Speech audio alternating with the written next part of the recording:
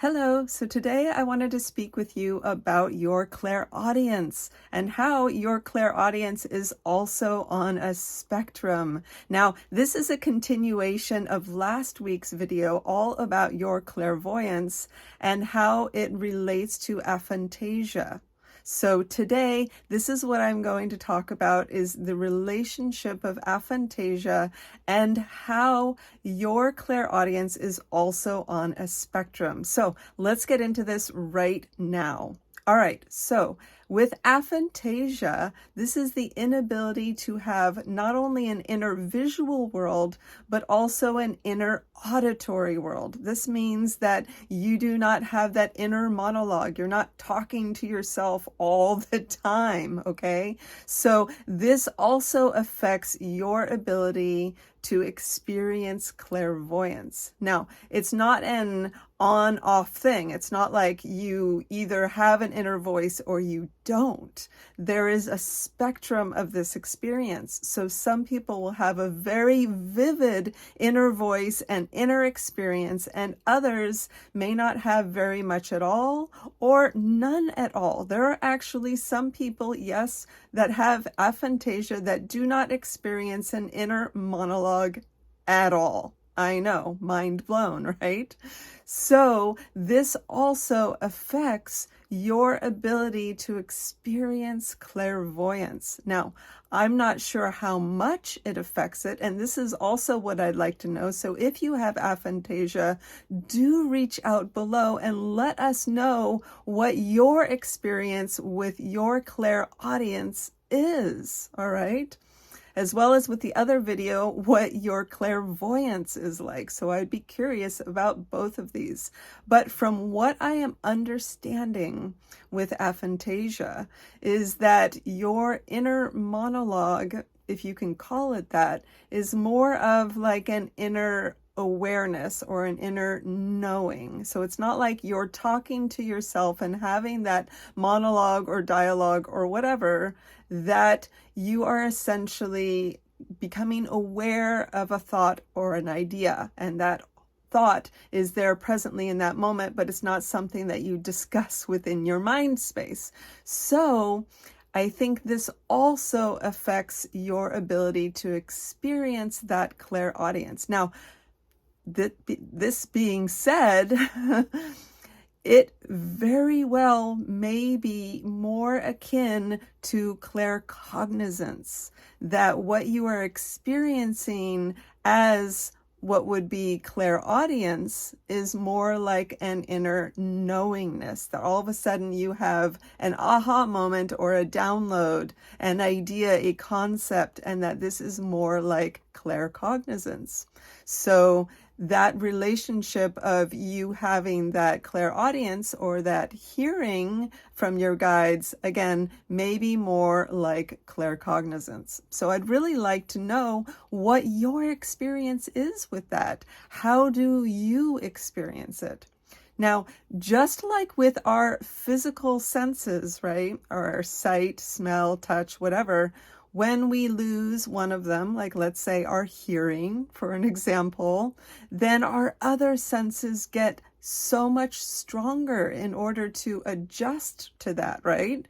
So this is the same with your psychic senses, with your psychic abilities. So if your clairaudience is not working or not very strong, then this means that your other clairs are going to be doubly as strong, okay? So no worries. And everyone is different, okay? It is okay if certain clairs are at different levels, because that makes us who we are, right? This is a great thing because you are meant to experience your clairs in a very different way. But that doesn't mean that you aren't receiving that guidance, because you are. You are that soul being, right? You are that energetic being. And before you came into this physical plane, before you came into this physical body, you were that energetic body. And so you communicated through those energetic senses, right? And you still do. You are still an energetic body. So you are still communicating through those energetic senses. All right. So this is who you are, and it's a beautiful thing. It's a beautiful thing however you use your clairs, however you experience that connection to source energy and the guidance that you receive from your guides or your higher self. However you experience them is perfectly wonderful and perfectly okay. And if they aren't very loud or very developed, then all you have to do is remember and reconnect with how you used them before. It's not like they don't exist, because they do. So you just have to redevelop them or find ways to develop them that work around your differing abilities. So yeah. If you have aphantasia and you don't experience that inner monologue, and so therefore you don't experience clairaudience in the same way, that is perfectly okay. All right. So I want to let you know that. But again, please let me know if you experience aphantasia, what this is like for you. If you experience clairaudience, what is that like for you? Or if you experience it more like claircognizance with downloads and ideas within your mind awareness, then I'd love to know that too. Please help all of us to better understand how your clairaudience works. Because yeah, it's a beautiful thing however it works, right? Because we are just connecting to that source energy and receiving that guidance, and that is awesome.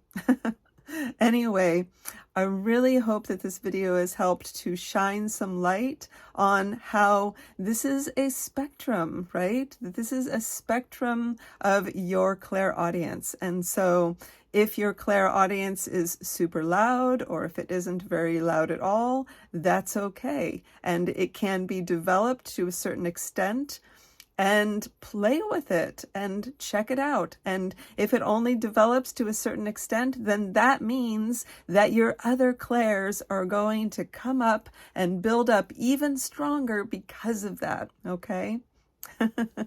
So anyway, I really hope that you enjoyed this video. I hope that you learned something from it, and I would really love it if you would check out my other video on aphantasia as well, which I will click right down here. I will put a video so that you can check that out as well and learn a little bit more about aphantasia and how it works. Anyway, have a wonderful day. Thank you so very much for watching.